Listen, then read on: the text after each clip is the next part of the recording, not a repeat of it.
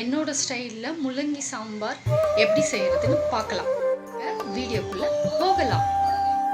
தேவையான பொருட்கள்: முள்ளங்கி, தக்காளி, இஞ்சி, பூண்டு, வெங்காயம், கருவேப்பிலை, கொத்தமல்லி, அப்புறம் பருப்பில் தக்காளி போட்டு வேக வச்சுருக்கேன். இப்போ சாம்பார் எப்படி செய்யறதுன்னு பார்க்கலாம்.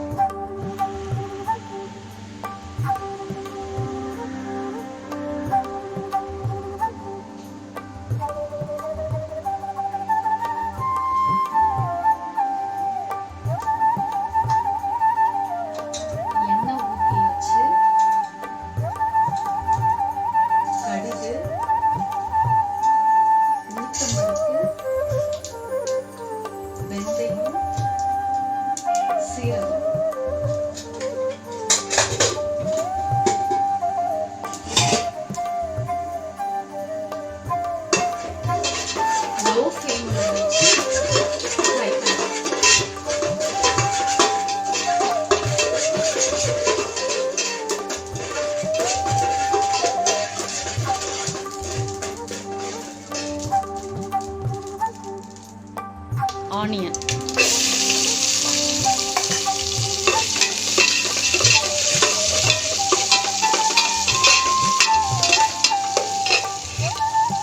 கருவேப்பிலை இந்த மாதிரி ஃப்ரை ஆகணும். கொஞ்சம் ப்ரௌனாக ஆகிற மாதிரி வதக்கிக்கணும்.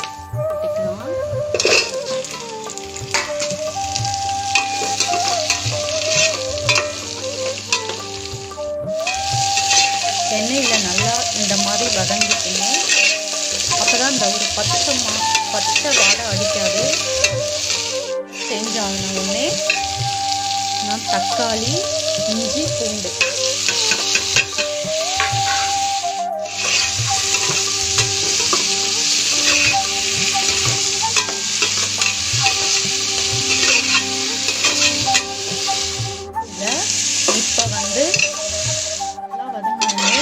இதில் மிளகாத்தூள், மஞ்சத்தூள், கொஞ்சம் 1 டம்ளர் தண்ணி போட்டு இந்த காயை நல்லா வேக வைக்கணும்.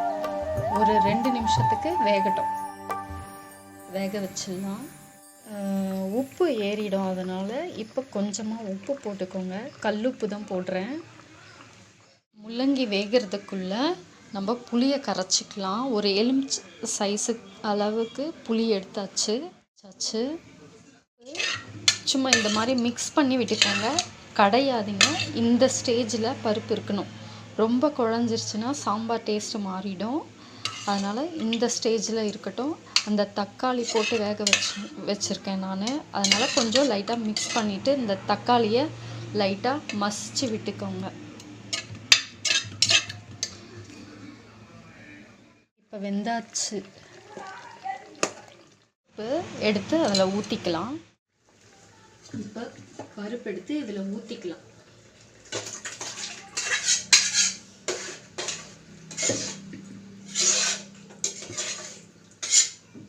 பருப்பு ஊற்றிட்டு புளி கரைச்சி வச்சுருக்கேன், அதையும் மிக்ஸ் பண்ணிக்கலாம்.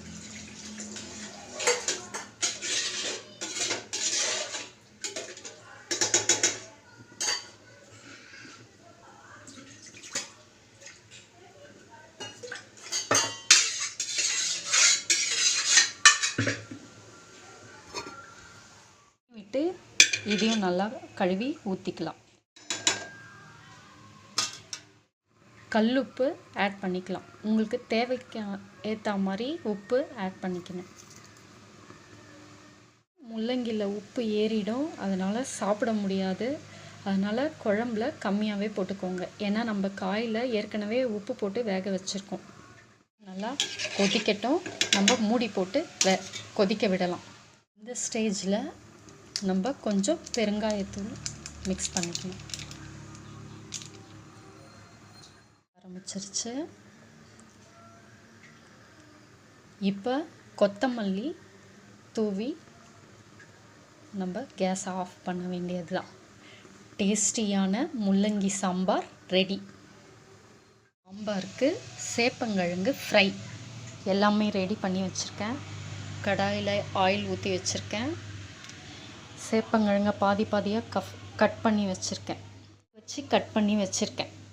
வீடியோ எடுக்கிறது ரொம்ப கஷ்டம். ஏதாவது ஒன்று மிஸ் ஆனாலும் டேஸ்ட்டு போயிடும். அப்புறம் எல்லாரும் என்னை திட்டுவீங்க. இது ஃப்ரை எப்படி பண்ணலான்னு பார்க்கலாம். கடாயில் ஆயில் ஊற்றியாச்சு, ஹீட் ஆகிடுச்சு. பாதியாக கட் பண்ண சேப்பங்கிழங்க அதில் கொட்டிக்கலாம்.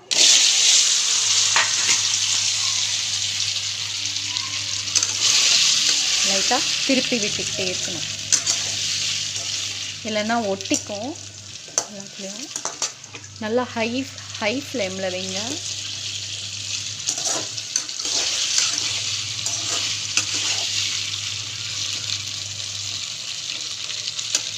குழா வழவழான்னு ஓடுதில்ல. இது இப்படி இருக்கிற ஸ்டேஜை எப்படி மாற்றி காட்டுறேன்னு பாருங்கள். ஃப்ளேமில் வச்சுட்டு இதில் கொஞ்சம் சால்ட் ஆட் பண்ணுங்க.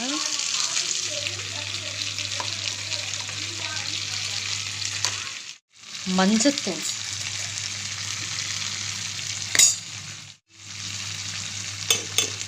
மிளகாத்தூள், கொஞ்சம் நிறைய போட்டால் தான் நல்லாயிருக்கும் டேஸ்ட்டு. சால்ட்டு ஏற்கனவே ஆட் பண்ணிட்டேன். அப்படியே திருப்பி விட வேண்டியது தான். திருப்பி விட்டு அப்படியே எண்ணெயில் ஃப்ரை பண்ண வேண்டியது தான். நல்லா தனித்தனியாக வச்சுட்டு ஆயில் நிறைய விட்டு அப்படியே கொஞ்சம் நேரம் விட்டு கிளறி விடுங்க. அப்போ தான் எல்லா சைடும் நல்லா ஃப்ரை ஆகும்.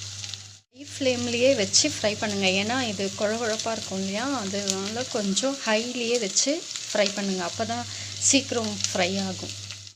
கொஞ்சம் தனித்தனியாக வரும். அந்த ஸ்டேஜில் கொஞ்சம் மீடியம் ஃப்ளேமில் வச்சுக்கோங்க. எப்படி இருந்த சேப்பங்கிழங்க எப்படி ஃப்ரை பண்ணி தனித்தனியாக பிரிச்சுட்டேன். இதுதாங்க செய்முறை.